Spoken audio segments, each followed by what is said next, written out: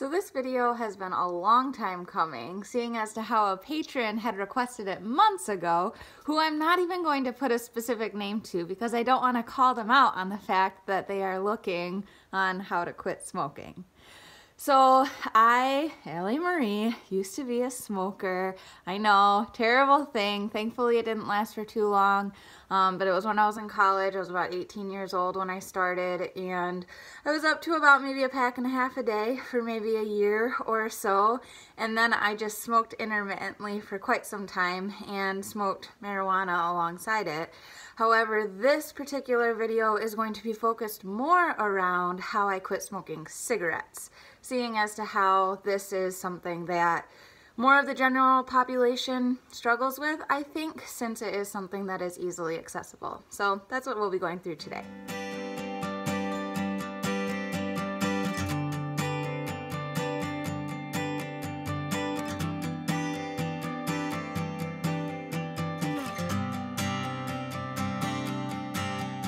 First off, I want to acknowledge that there are so many different ways to quit smoking, and there is no right way to stop.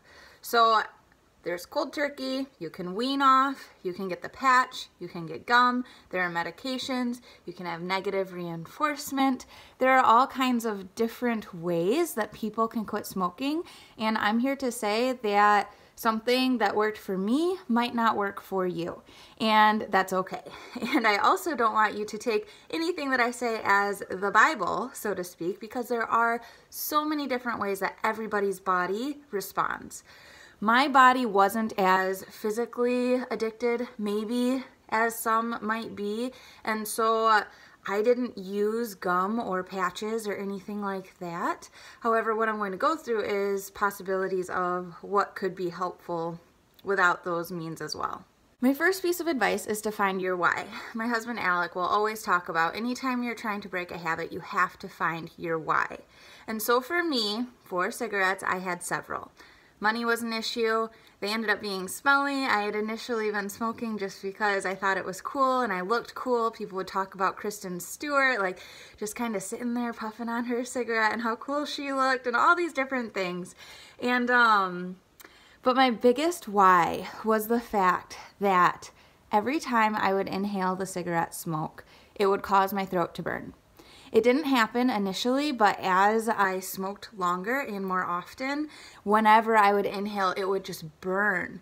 And being a singer and enjoying to talk, I didn't want anything to happen to my vocal cords, and so that was a really big motivator for me. It was the fact that I could potentially get throat cancer.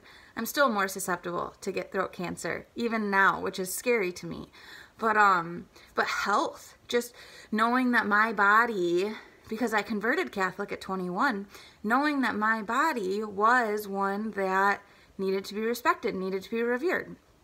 The second thing that I did though, once I found that why, once I was like, man, I really wish I could stop smoking, I found this book by a man named Alan Carr called The Easy Way to Quit Smoking. What this book did was, by the second chapter, I basically realized it was talking about how society has brainwashed us into thinking smoking cigarettes is okay. And what this book did was it brainwashed me the other direction. Kept saying, cigarette smoke is poison. You know, there's carbon monoxide in it. It's not something that's safe. It is not cool. And all of these different pieces about how it causes your teeth to fall out. It causes your skin to be wrinkly. All of these negative pieces that don't really get talked about that often. So The Easy Way to Quit Smoking was really helpful for me in my journey. And he recommends to keep the book around, keep looking back at it, see what you can glean from it. But ultimately it was that brainwashing the other direction when society is continually telling us, it's okay, it's cool, everyone does it, but really it's a long, slow suicide because we are inflicting it upon ourselves. It is poison.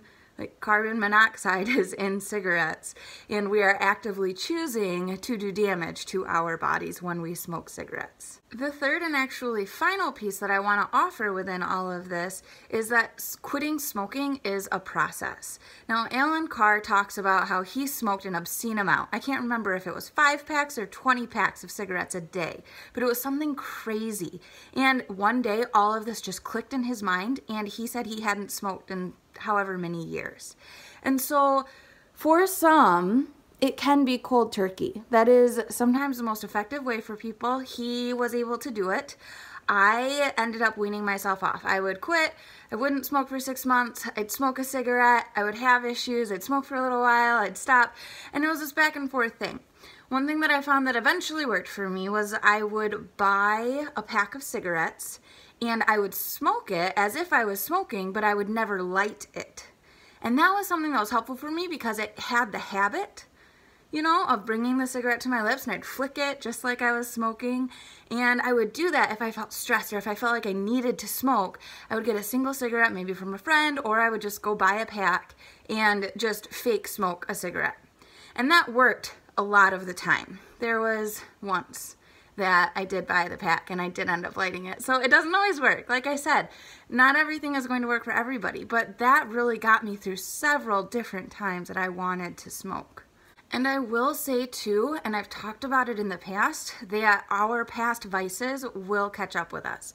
So unfortunately for me, smoking cigarettes is something that will always be a weakness. Like, it's something that I will be more easily tempted into than somebody who has never smoked, such as my husband. So if I'm around somebody who's smoking a cigarette and I'm stressed out and all of these things, I might be like, oh, it smells so good, or I would really like one, and you know, I would feel more drawn to it. So allowing myself to be separate from some of that too is what I've had to do. I have some friends that smoke, and I just have to be careful about how much I interact in those moments and choose to not be around it. I do have, part of my tattoo on my arm, my prudence, right? So I had the prudence added when I converted, and that was committing to the no red wine and no smoking or recreational drugs. And so although I have slipped up since getting that tattoo, I've still been able to go to reconciliation. I've still been able to find that grace and peace within it. And it is still a commitment. It's something that in my state of constant conversion that I am working toward. And it is an active work. It's not something that I'm just saying, oh, well, I screwed up, like, whatever. I feel truly sorry anytime that I do. And it's just allowing yourself that space, giving yourself that opportunity to try this and try that, see what works. My husband is absolutely no when it comes to smoking. So that's another big why for me, because I want to honor him. So I would just recommend finding your why, seeing what it is. Like, why do you want to quit smoking? Is it for money? Is it because you think it's nasty? Do you think it's making you sick? Like, what is it for you? And then focus on that. Maybe put it on a mirror that you see every morning when you brush your teeth. Maybe put it on your dashboard or wherever you'd see it often. Maybe put a reminder on your phone that goes off every 2 hours that says, you know, your body is worth keeping healthy. Or whatever that looks like for you. There is no right way to do this, but taking a step, having the awareness, I want to quit, is the very first step in that, and I commend you for wanting it and for asking me to talk about it too, because I am not perfect. I've made mistakes, and I am aware of the consequences that come from that, but I just want to encourage you that it is possible. It's possible to stop smoking. It's possible to stop doing a lot of bad habits, but with this one in particular, checking out the easy way to quit smoking is really what helped me, and then just following all of that. So today I spent the day making sugar cookies with my little niece Clara, who's 3, and so I do have little Wally with me because I'm in a little playful mood, and it was just so fun seeing the childlike innocence with all of that. So Wally's a little hungry because he didn't get any sugar cookies. So until next time, we'll see you later, alligators. Ow.